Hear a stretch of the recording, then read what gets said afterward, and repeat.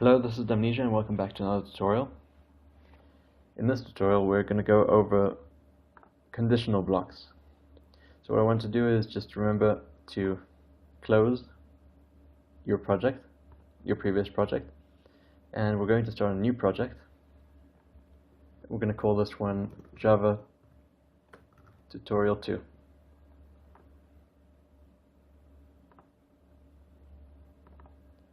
Next I'm going to create a package called main and a class inside that main called main with a capital M. Remember to start your classes with a capital letter and your packages with a small letter, and then make sure to tick this, and then you can click finish. Okay, so last tutorial I was teaching about variable types, data types, and how you can save information temporarily in RAM. In this tutorial we're going to teach you how to actually use that data to make decisions, which is the processing part. So first things first, let's start with a conditional block. These are called conditional blocks,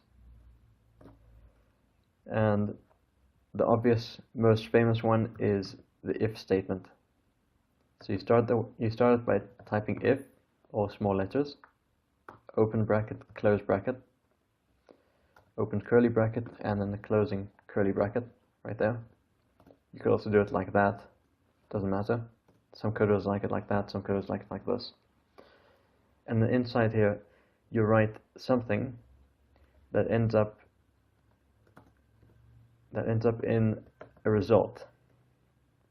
The only results possible inside an if statement are, as you may already know, a Boolean, a true or false. If something is true, then do something. If something is false, don't do it.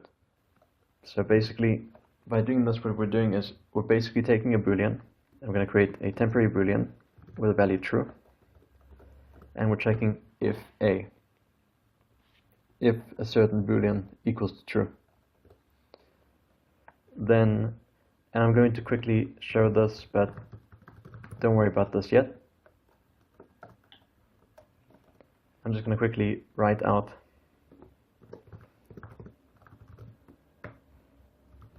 I'll go over this later on, but basically this is how you output onto the terminal. So just memorize this for now. We'll get to this a little bit later. Anyway, so now we've got a little program that has a Boolean, and if the Boolean is true, in other words, if A is true, then do this. In other words, anything between these brackets needs to result in a true in order for this to happen, which is why we can just place the Boolean right there. Then if we run this program, it's going to say this is working, which is exactly what we wanted. Anyways, this isn't a very useful kind of decision. The more useful decisions, as I can say, are basically the ones that are evaluated inside an if block. But if you want to do a more clever decision, you can use something along the lines of a comparison operator. And I'll show those comparison operators right now. So I'm going to start with an int. I'm going to call it A. And I'm going to put the number 23. Next I'm going to do this. Now you can see that there's an error right on this line, because this is no longer a Boolean. So now we have to make it into a Boolean. Now how do you make something into a Boolean? Well, the best way we can do it is to create a condition out of it. Like if A is less than 24.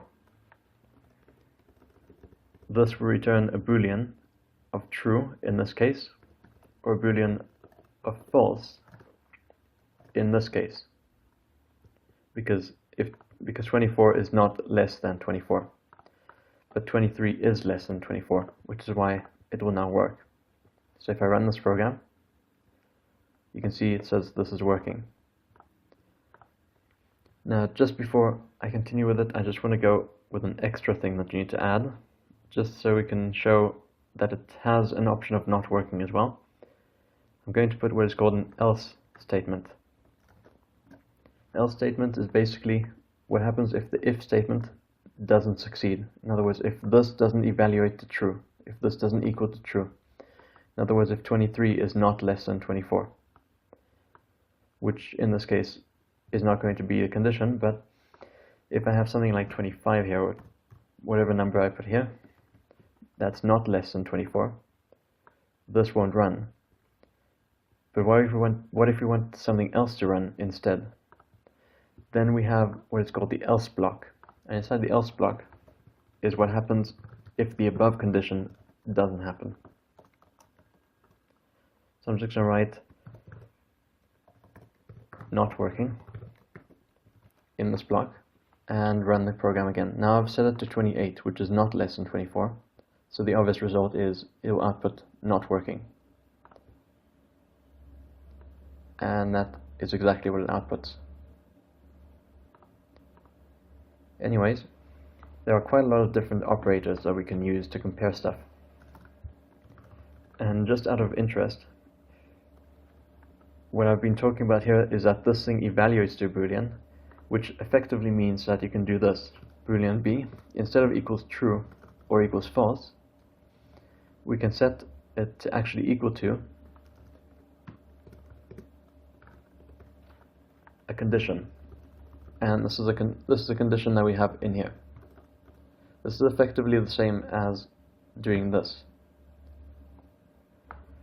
In other words, what it was before, what it was previously, this is effectively the same as creating a Boolean variable b, checking if a is less than 24, and then taking the b, the result of it, and putting it right there.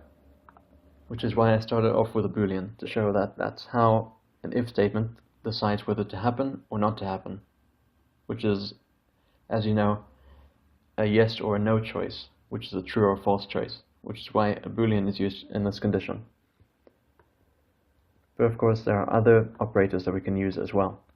I'm just going to replace here with b for simplicity, so I can kind of show step by step of how it works this out underneath. So basically it creates like a little temporary variable Boolean, which is a true or false, and then it tests a condition. In this case, we've got an int a, and we're checking if it's less than 24. There are obviously other ways we can check. There are quite a few different operators that we can use, and here's a list of all of them I can remember off the top of my head. There's the equals to, and there's two equal to signs. The reason why there's two equal to signs is because this equal to sign is a sign to say make it equal to, and this double equal to sign is a sign saying check if it's equal to, rather than actually setting it to equal to.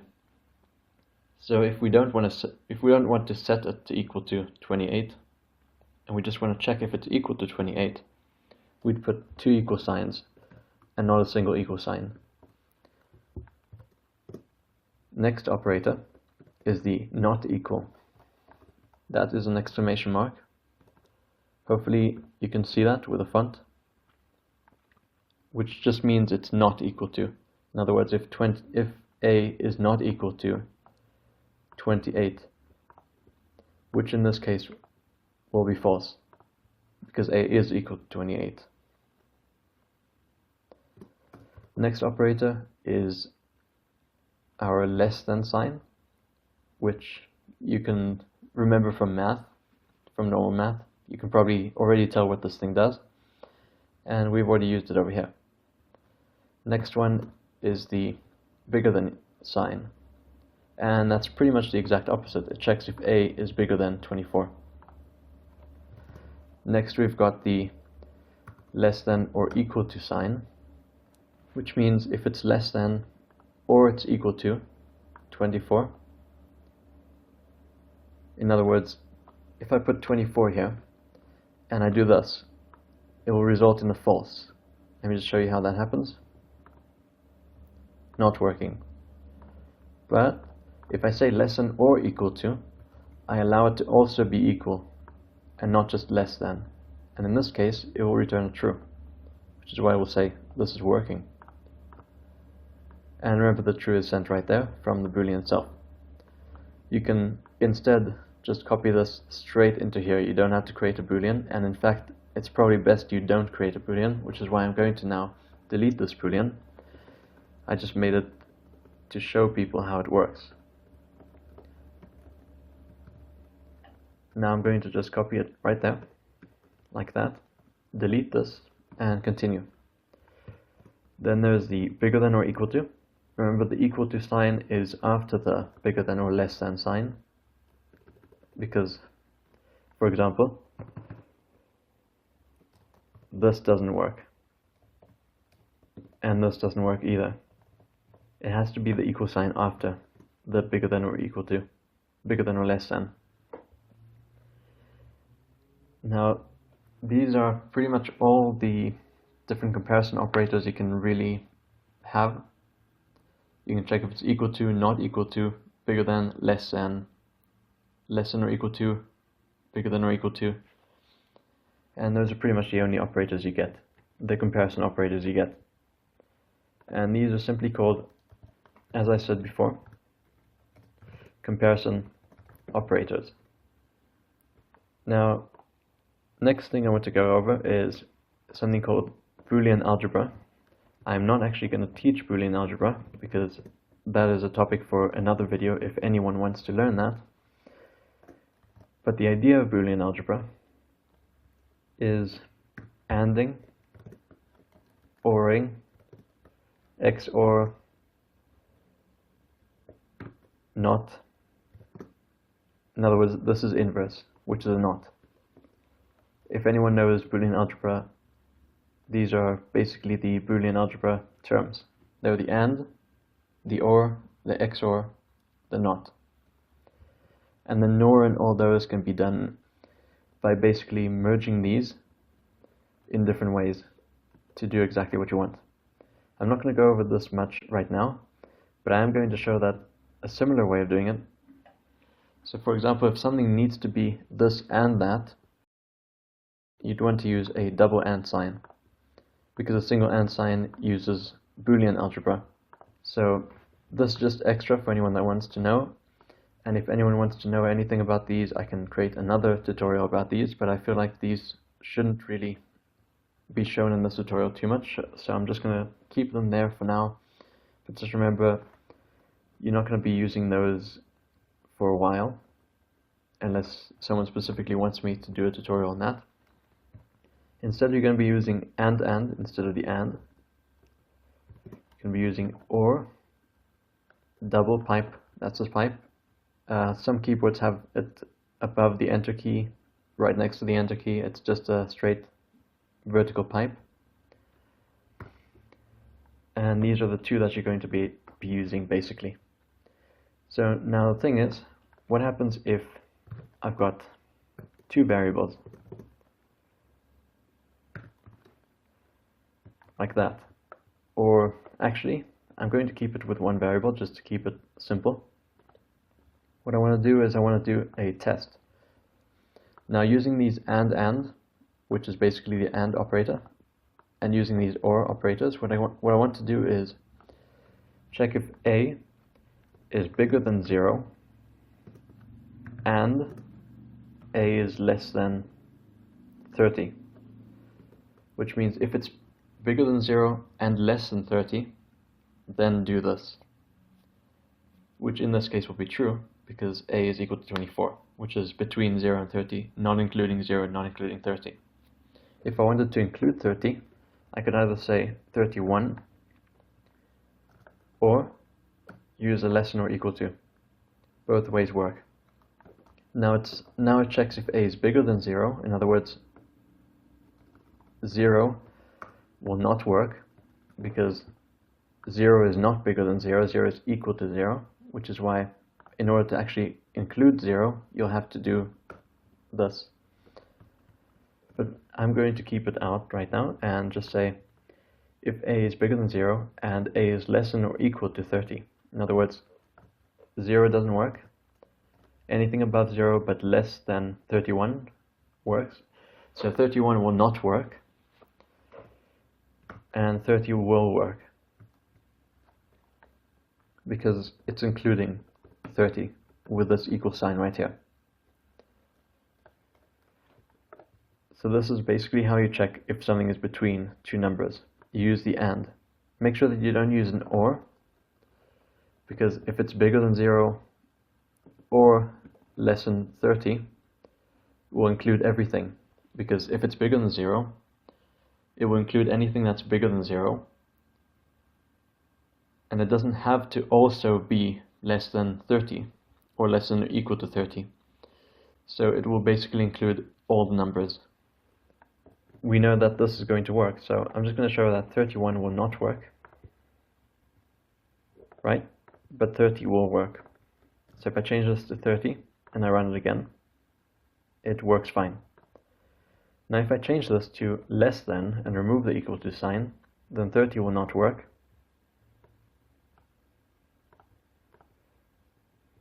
But 29 will, because it's less than 30. I'm just going to remove these for now, because people may try to use them, and right now is probably not the time for any beginners. If you want a tutorial on that, ask for it, but I'm not doing that in this tutorial because that's going to go a little bit complex. Anyways, next thing we want to go over is nesting. So in reality, if you've got an if statement and you also need to test another condition, for example, in this case, I'm doing if a is bigger than 0, then say system.out.println, and that's an L, by the way. And I'm going to say a is bigger than 0. Now if I also want to have an if statement inside here to check if it's less than 30, then I can just place an if statement inside that other if statement, and this is called nesting. Basically putting an if statement inside an if statement, or putting any kind of block inside another block, is called nesting. So this is a nested if statement, and we're going to refer to it as the inner if statement, and this as the outer if statement. Anyways, now if this does happen, then we want to print out a is less than 30. And I'm going to remove this because it doesn't make sense anymore. And I'm going to place in here a is not bigger than 0. And this is how we're going to test it. So it's going to output a is bigger than 0 because we've done that. And it will output a is less than 30 because it is less than 30, and that's what we told it to do if it's less than 30. So we'll basically run this, go into here, start running these statements. It will output this a is bigger than 0, and then it will test this if statement. If the if statement is true, in other words, if a is less than 30, it will run this statement and any other statements that happen afterwards.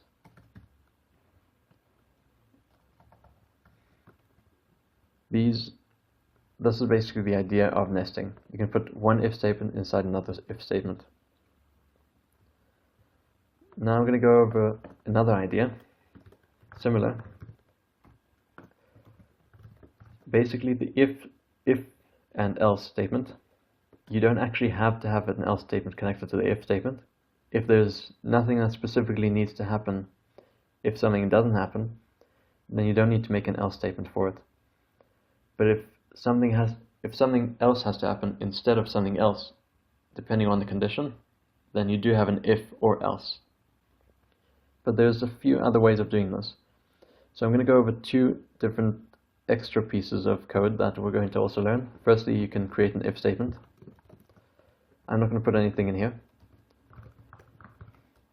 And I'm going to create another if statement, just so you can see that this actually works, whether you have an else statement or not.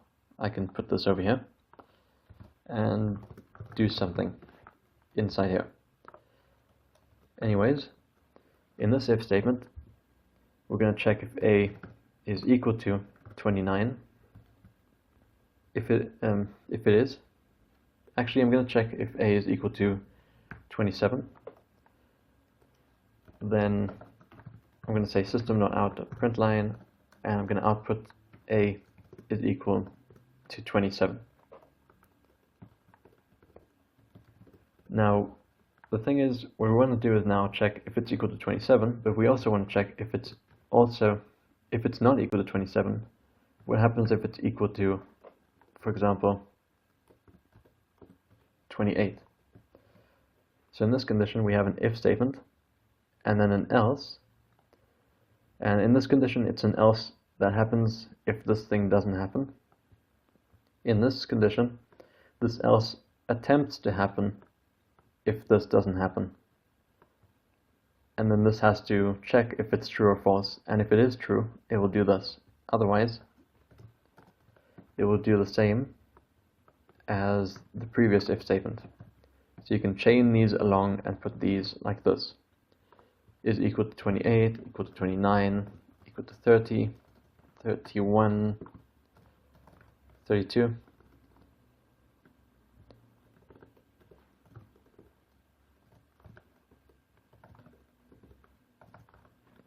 Alright, so now we've got a few else statements and a final else statement. You don't have to put this else statement. For example, if there's no condition that happens if none of these happen, then you don't need an else statement. But if you want to say something like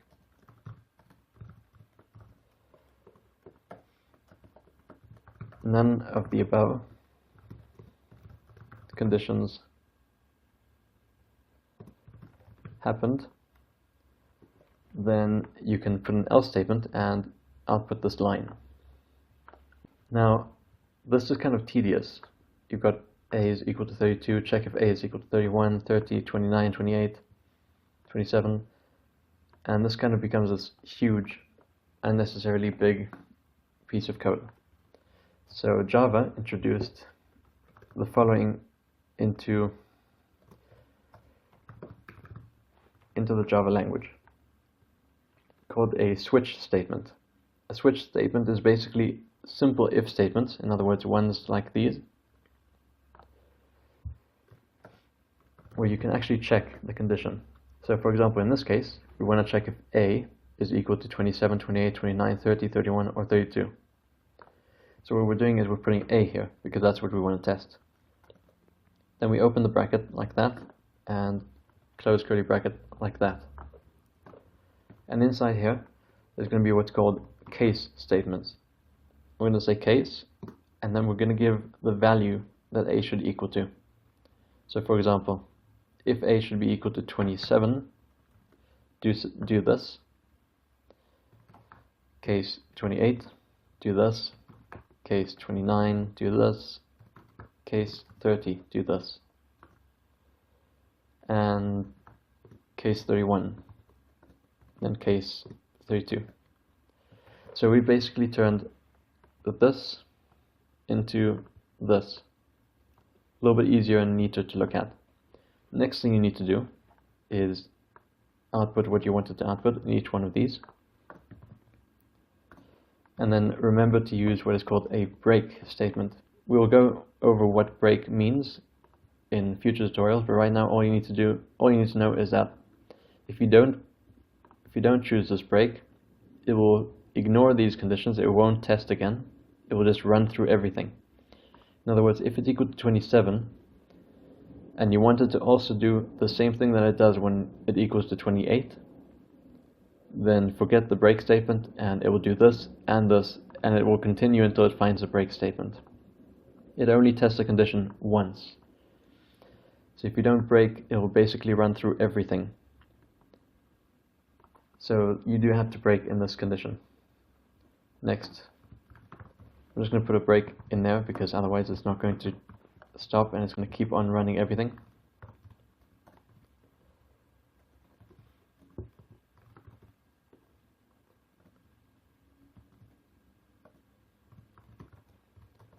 And now I'm going to change 27, 28, I'm going to change these quickly.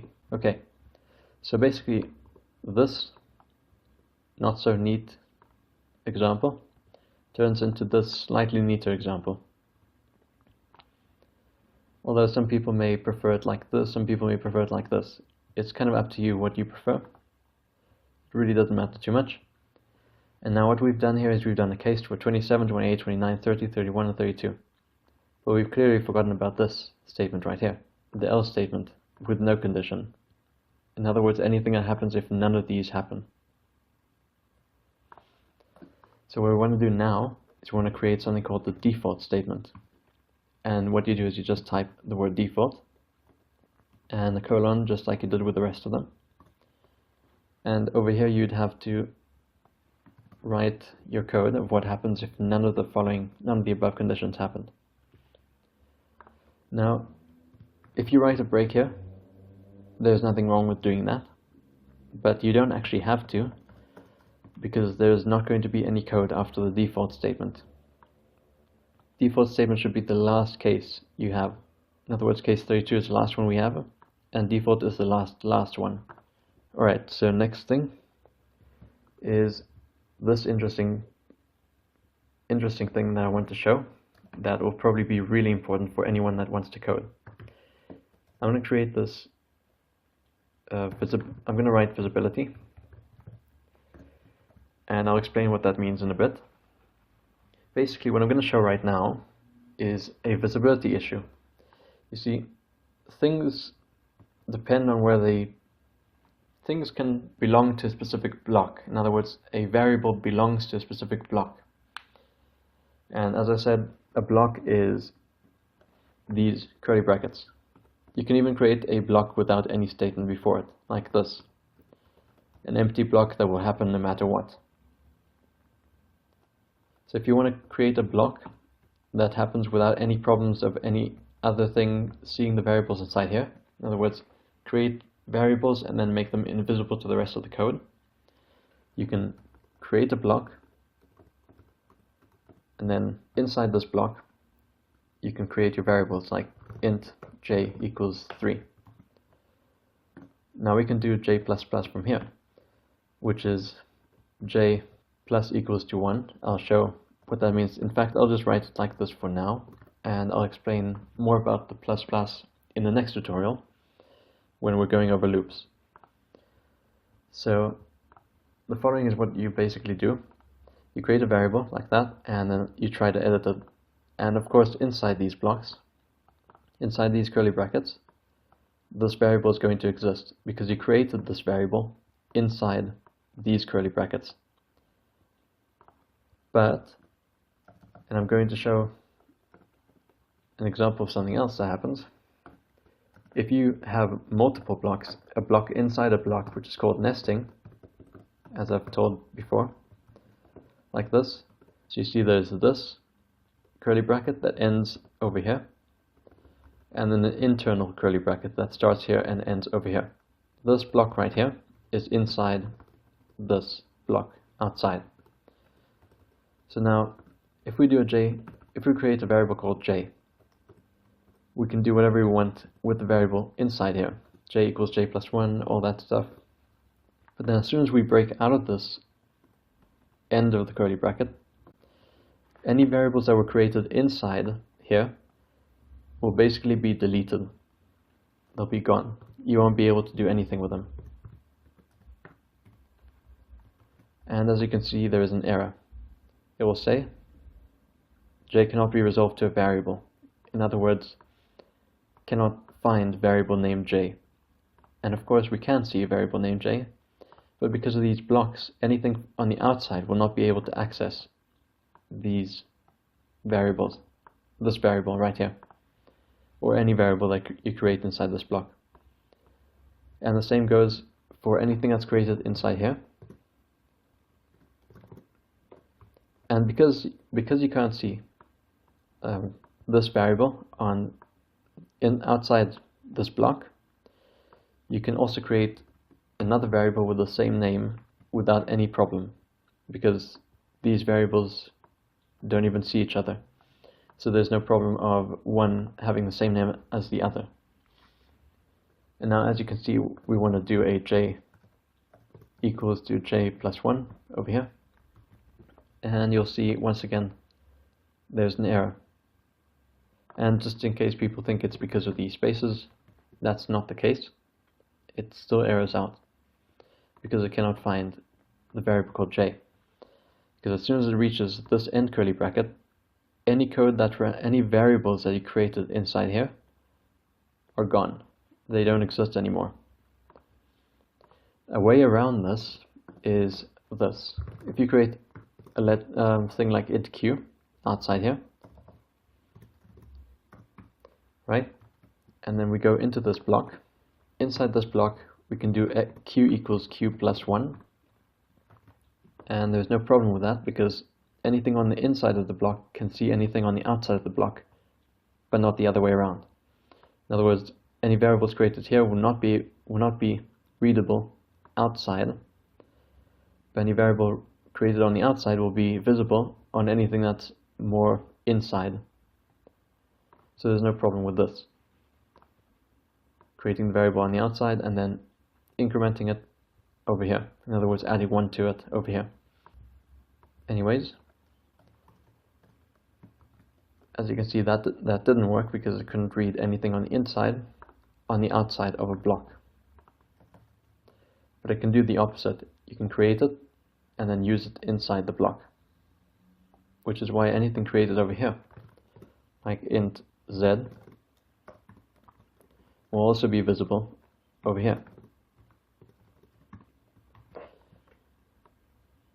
which is why I'm able to add 1 to it without a problem. So that's basically how visibility works. Any variables created in the block on the inside will not be able to be seen by any blocks more outside of it.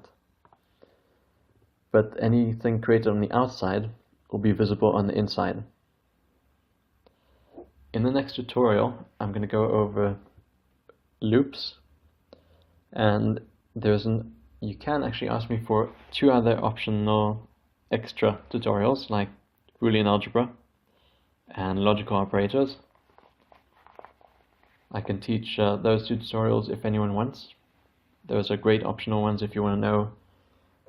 But these are probably best for people who understand this code a lot or have coded before, since the topics of Boolean Algebra and logical operators are a little bit more complex.